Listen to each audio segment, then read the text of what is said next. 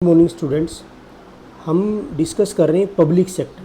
तो public sector में हमने तीन चीज़ें पढ़ी कि भाई एक तो होता है डिपार्टमेंटल अंडरटेकिंग, आपको ध्यान होगा। एक तो पढ़ा था हमने, क्या पढ़ा था, डिपार्टमेंटल अंडरटेकिंग्स, कि इसके अंदर एक पर्टिकुलर डिपार्टमेंट होता है गवर्नमेंट का, उसके अंडर में ही कोई ना कोई मिनिस्ट्री के अंडर में कोई कंसर्न जो है कोई काम करता है, जैसे कि अपना रेलवे है।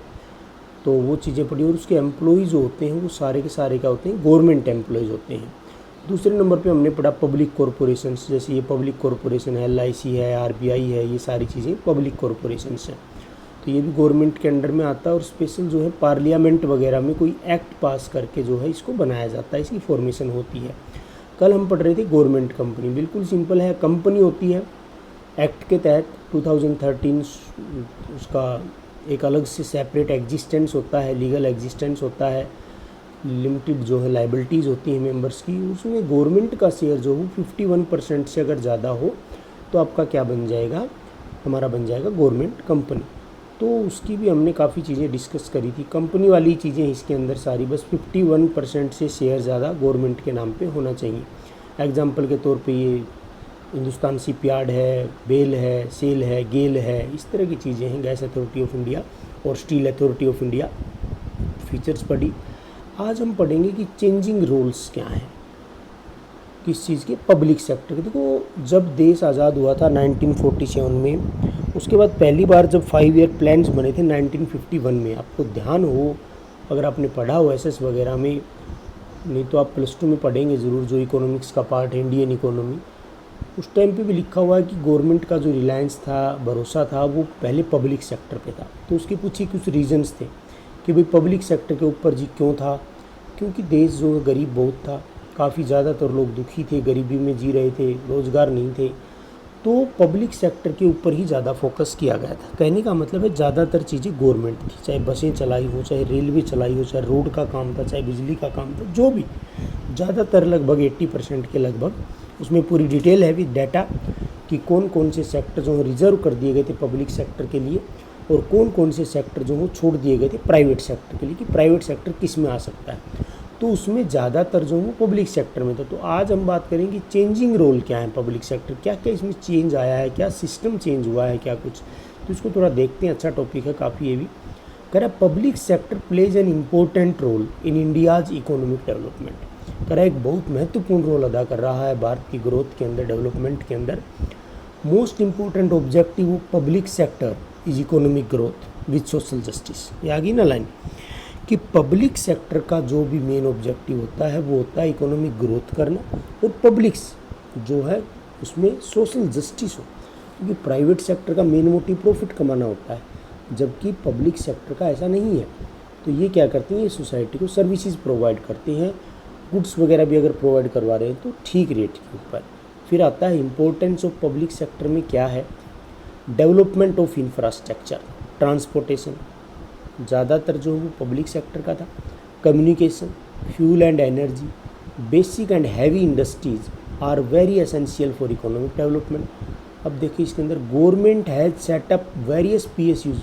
PSU का मतलब होता है public sector undertaking, public sector undertaking जो कि गवर्नमेंट के अंडर में आई।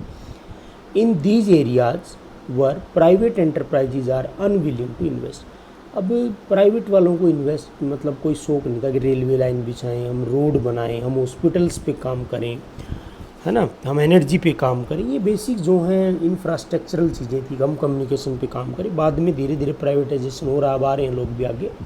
तो शुरुआत में सरकार को ही करना, हॉस्पिटल सारे प्राइवेट थे पहले, बाद में गवर्नमेंट बने धीरे धीरे। फ्री में इलाज कहाँ होता है, गवर्नमेंट हॉस्पिटल में ना, स्कूल्स बनाए, ये बेसिक इंफ्रास्ट्रक्चर्स हैं। उसके बाद है रीजनल बैलेंस के लिए, कई जगह पे ग्रोथ ज़्यादा हो जाती है, कई जगह पे इंडस्ट्रीज ज़्यादा लग जाती हैं, कई जगह पे नहीं लग पाती। तो एक जगह जो है, एक एरिया कोई बैकवर्ड हो सकता है ना, जैसे अपना गुड़गांव फरीदाबाद में बहुत ज़्यादा इंडस्ट्रीज़ थी, तो वो थोड़ा सा, और इधर की साइड नहीं है अपनी साइड इंडस्ट्रीज़, तो ये डिफरेंस, या कई ये कह सकते हो कि स्टेट में इंडस्ट्री बिल्कुल कम है, कईयों में ज़्यादा है। To maintain balance regional development the government has taken initiative.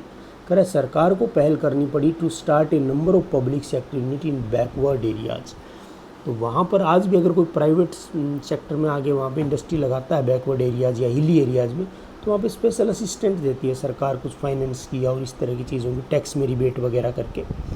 फिर है economics of scale. Government has set up large scale industry in public sector, पूरे बड़े लेवल पे स्टार्ट किया to take advantages of economic scale, क्योंकि बड़े level पे अगर आपका बिजनेस है तो आपको इकोनॉमिक बेनिफिट्स रिसीव होते हैं। क्योंकि बड़े लेवल पे आप मान लो आपने जो है वो कोई भी मशीनरी बनाने की फैक्ट्री लगाई, छोटे छोटे कोई मशीन, पेन बनाओ मान लो, तो उसमें मान लो 1000 पेन बनाते हो, 1 लाख बनाते हो, तो वो एक चीज़ है पर यूनिट क्या कॉस्ट है, और एक हम करोड़ों पेन रोज़ बना रहे हैं तो एक उसमें है। तो इकोनॉमिक स्केल्स बड़े लेवल पे जब बिज़नेस करते हैं उसको बोलते हैं, उसमें बेनिफिट आते हैं। तो इसमें क्या किया, इलेक्ट्रिक पावर प्लांट्स लगाए काफ़ी सारे, इधर हैं जाडली में भी हैं, पेट्रोलियम रिफाइनरी, टेलीफोन इंडस्ट्रीज। उसके बाद है check over concentration of economic power, the flow of economic resources to the private sector entrepreneur can be controlled up to a certain extent। इसमें देखो दे रखा है रिच पुअर, एक डायग्राम सा बना रखा है बहुत अच्छा। तो जो इकोनॉमिक पावर का जो भी एक सिस्टम होता है उसके ऊपर कंट्रोल करने के लिए भी सरकार ने जो है काफ़ी हद तक अपने अंडर में काफ़ी इंडस्ट्रीज की, आज ऐसा नहीं, हालांकि पहले की बातें कर रहे हैं। फिर है important substitutes. Government setup public sector unit for production of capital goods. Capital goods क्या होती हैं, कैपिटल गुड्स वो होती हैं जो लॉन्ग टर्म के लिए यूज़ होती हैं, हैवी इन्वेस्टमेंट होती है उनके ऊपर। जैसे कि एक मशीनरी है, मशीनरी कैपिटल गुड्स है, एक ट्रैक्टर है वो एक फार्मर के लिए कैपिटल गुड्स है, तो वो कैपिटल गुड्स होती है। तो कह रहा है कि पहले जो कैपिटल गुड्स हमें इंपोर्ट करनी पड़ती थी, सरकार ने क्या किया, उसके प्रोडक्शन के ऊपर काम किया। Several public sector companies are producing goods on a large scale, thus playing an important role in expanding export of the country also। तो कह रहा है ये काफ़ी चीज़ें जो हैं वो प्रोड्यूस कर रही हैं, प्रोडक्शन कर रही हैं और एक्सपोर्ट में भी जो है सहायता कर रही हैं। तो ये आपको करना है, मैं थोड़ा थोड़ा ही करवाता हूँ ताकि साथ साथ आप कर लें। जो बच्चा पीछे रह गया है बाई चांस, कोई बात नहीं, अब तक अगर नहीं किया काम तो अब भी करना शुरू कर दें, क्योंकि स्कूल्स का कुछ भी निश्चित नहीं है कि कब तक खुलें, क्या सिस्टम हो। तो अपनी पढ़ाई को आप कंटिन्यू रखें। Thank you, have a nice day बच्चा।